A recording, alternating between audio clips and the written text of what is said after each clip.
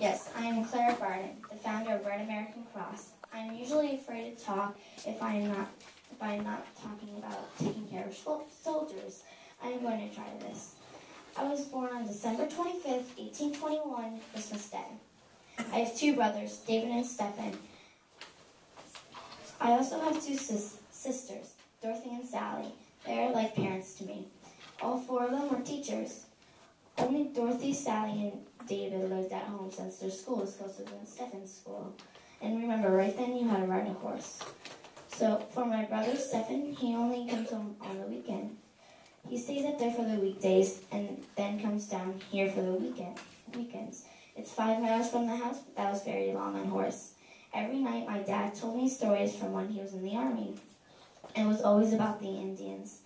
My dad told me about this person named Emily Moore. She's about a girl who had her braids cut off and taken away by the Indians. She had to work for them. They hid her when her chief said that her dad was here to get her. He found her after a while. They were so happy. That night I had a terrible dream. The same thing happened to me. I started screaming in my sleep. I woke up everybody in the house. I woke up so confused. One of my dad's friends dared my older brother, and climb the barn bars and go to the ceiling and swing on it. The bar fell and he fell with it. All the friends carried David into his room. They immediately called the doctor. He was in there for a while. Then he came out and said he is okay, but he has a high fever. I asked to put leeches on him every day. I pushed my way through the crowd and asked the doctor if I could put the leeches on him every day and take them off. Everybody was so shocked because I usually couldn't talk to anybody without blushing. Even the doctor was shocked. He knew that I was a bashful little child. The doctor said sure, and I went up there to see my brother. I put leeches on him every day, read to him every day, and bathed his head every day. He wouldn't let anybody else do it because he said that they hurt him. I did that for 3 years. Doing that for like a year, my mom and dad said that I had to go out for a walk or ride a horse for at least 30 minutes every day.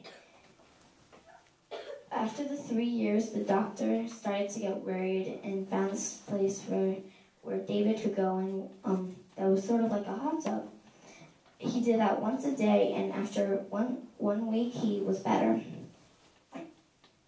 His whole family was happy for him. They had to worry about me. I hadn't gone to school in 3 years.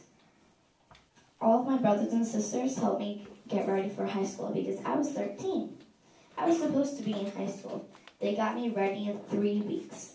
The night before the day I was supposed to go to be in school, I went to bed early and stopped being brave. I was so afraid that something was going to go wrong or people were going to make fun of me. Instead of the people laughing at me when I stutter or misread words, they just sit there like nothing happened. I love this year because people weren't saying secrets about me, they were saying secrets to me. I was happy to have friends. One day, my friend started to get sick, but she didn't want to tell the teacher, but she told me. I told the teacher because I didn't want her to get sick. She was sent home, and I came with her because her mom wanted me to help. When the doctor came, the only thing he said was smallpox. I cared for her, and I couldn't leave because the house was quarantined. I tried and helped.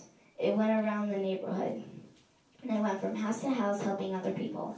When I turned 15, I started teaching the school. Everybody thought it was a bad idea because there were these 3 boys who beat up every teacher or does something that can make the teacher quit.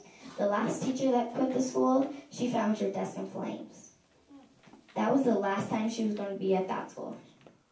But she is scared of them.